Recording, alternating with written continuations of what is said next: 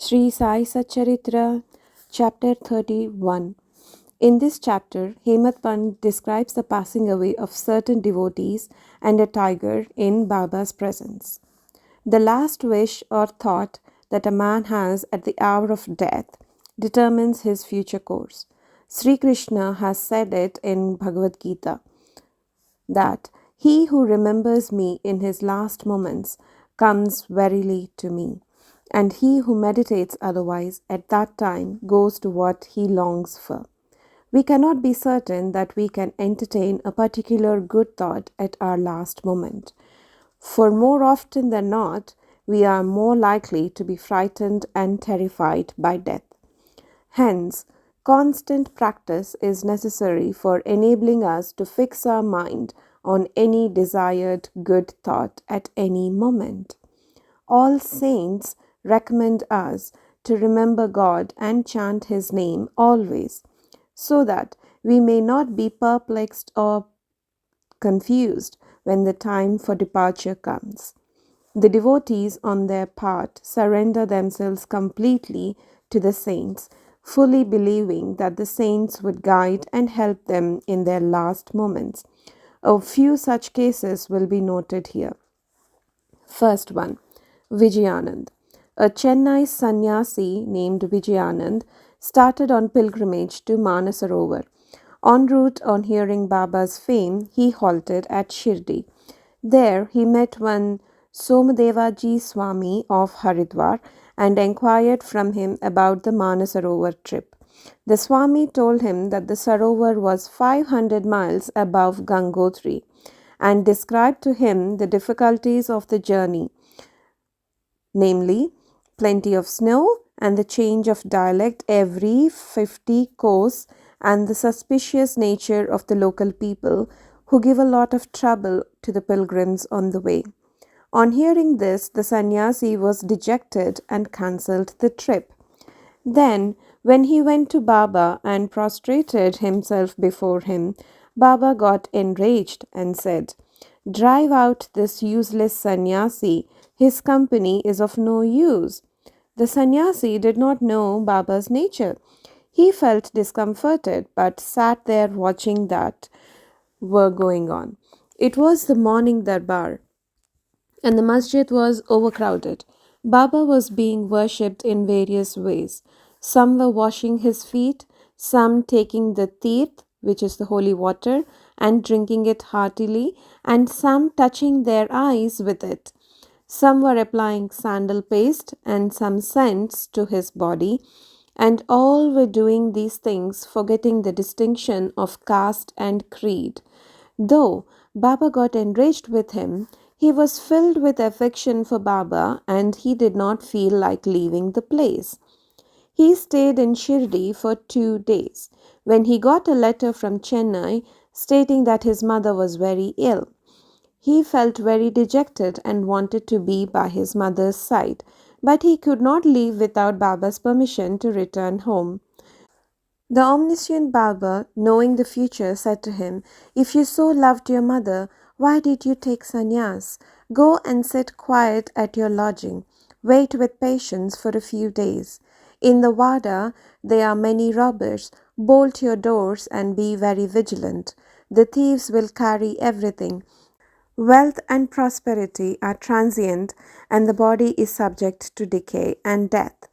While knowing this, do your duty, leaving all attachment with the things of this world and next.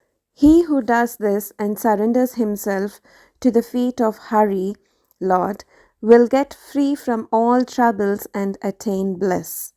The Lord runs and helps him who remembers and meditates on him with love and affection. Your store of past merits is considerable, so you have come here.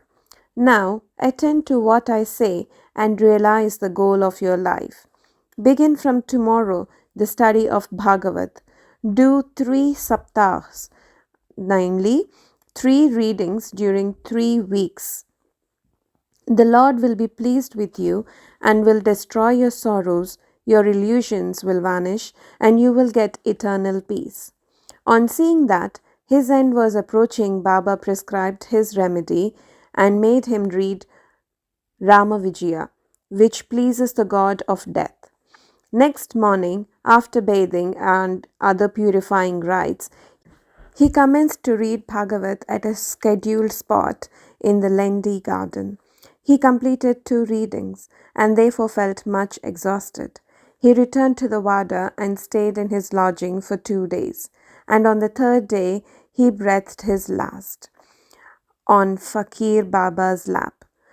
Baba asked the people to preserve the body for a day for a reason. The police afterwards came and, on making proper enquiries, gave permission for the disposal of the body. It was buried in a proper place with due rites.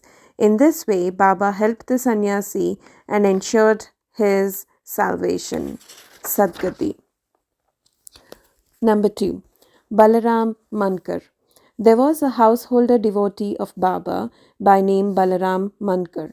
When his wife passed away, he got dejected and, entrusting his household to his son, left home and came to Shirdi and lived with Baba. Being pleased with his devotion, Baba wanted to give a good turn to his life, and he did it in this way. He gave him 12 rupees and asked him to go and live in Machindragarh in Satara district. Mankar was first unwilling to go and stay away from Baba, but Baba convinced him that he was giving the best course for him and asked him to practice meditation thrice a day in the Gad. On believing in Baba's words, Mankar went to the Gad. He was much pleased with the serenity, pure water, healthy air, and the surroundings of the place, and began to practice assiduously the meditations as recommended by Baba. After some days, he got a revelation.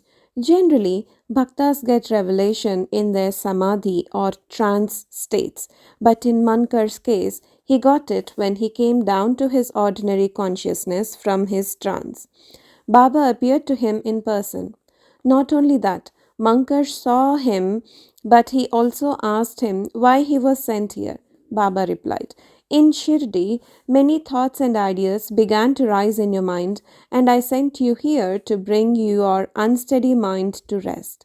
You thought that I was in Shirdi with a body composed of the 5 elements and 3.5 cubits in length. Now you see and determine for yourself whether the person you see here now is the same you saw at Shirdi. It is for this reason that I sent you here." Then, after the period was over, Mankar left the Gad and proceeded to his native place, Bandra. He wanted to travel by rail from Pune to Dadar, but when he went to the booking office to get a ticket, he found it very much crowded. He could not get his ticket soon, when a villager with a langoti on his waist and kambali on his shoulder turned up and said, "Where are you going?"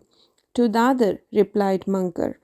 Then he said, "Please take this Dadar ticket of mine. As I have some urgent work here, I have cancelled my Dadar trip." Mankar was very glad to receive the ticket and was taking out money from his pocket when the rustic disappeared in the crowd. Mankar tried to find him out in the crowd, but in vain. He waited for him till the train left the station but found no trace of him. This was the second revelation Mankar got in a strange form. Then Mankar, after visiting his home, again returned to Shirdi and remained there at Baba's feet, following his bidding and advice. In the end, he was very fortunate to leave his world in the presence of Baba.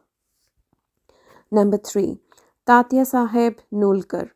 Hemad Pant gives no particulars regarding Tatya Sahib Nulkar except the bare mention of the fact that he gave up his ghost in Shirdi. A brief summary of his account that appeared in the Sai Leela magazine is given here. Tatya Sahib was a sub-judge at Pandharpur in 1909, when Nana Sahib Chandorkar was Mamaltadar there. Both met often and exchanged words. Tatya Sahib did not believe in saints, while Nana Sahib respected them. Nana Sahib often told him the Leelas of Sai Baba and pressed him to go to Shirdi and see Baba. Nulkar finally agreed to go to Shirdi on two conditions. He must get a Brahmin cook and he must get good Nagpur oranges for the presentation. Both these conditions were providentially fulfilled. A Brahmin came to Nana Sahib for service and he was sent to Tatya Sahib, and a fruit parcel containing 100 beautiful oranges was received by Tatya Sahib, the consigner being unknown. As the conditions were fulfilled, Tatya Sahib had to go to Shirdi. At first, Baba was much enraged with him, but by and by Tatya Sahib got such experiences that he was convinced that Baba was God incarnate. So he was enamored of Baba and stayed there till his death. As his end was approaching, sacred literature was read out to him, and at the last hour, Baba's Padatit was brought and given to him for drinking. Baba, on hearing of his death, said, "Oh, Tatya went ahead of us. He won't be reborn." Number 4. Megha. The story of Megha has been already described in chapter 28. When Megha died, all the villagers followed the funeral procession. Baba also accompanied them and showered flowers on Megha's body. After the obsequies were performed, tears flowed from Baba's eyes, and like any ordinary mortal, Baba showed himself overcome with grief and sorrow. Then, covering the body with flowers and crying like a near relation, Baba returned to the masjid. Many saints have been seen giving sadgati to men, but Baba's greatness is unique. Even an animal like tiger came to Baba's feet for being delivered from demerits. It is this story which will be narrated now. Number 5. Tiger. 7 days before Baba passed away, a wonderful incident occurred at Shirdi. There came a country cart and stopped in front of the masjid. A tiger was on the cart, fastened with iron chains, with its agonized face turned to the rear. It was suffering from some painful malady. Its keepers, three dervishis, had been taking it from place to place and making money by exhibiting it. It was the means of their subsistence. They tried all sorts of remedies to cure it from the malady it was suffering from, but all in vain. Then they heard of Baba's fame and came to him with the animal. They got it down with chains in their hands and made it stand at the door. It was naturally fierce, besides disease ridden. So it was restless. The people began to look at it with fright and amazement. The dervishes told Baba everything about the animal and with his consent brought it before him. As it approached the steps, it retreated on account of the awe of Baba and hung its head down. When both saw each other, it got onto the step and looked at Baba with affection. Immediately, it moved the tuft of its tail and dashed it thrice against the ground and then fell down senseless. On seeing it dead, the dervishes were much dejected and full of sorrow, but on proper thought they came to terms with it. They considered that, as the animal was diseased and nearing its end, it was very meritorious on its part that it met its death at the feet of Baba. It was their debtor, and when the debt was paid off, it was free and met its end at Sai's feet. When any creatures bow down their heads at saints' feet and meet death, they are liberated, unless they have got a good store of merit on their account. How could they get such a meritorious end? Bow to Shri Sai, peace be to all. Om Sai Ram.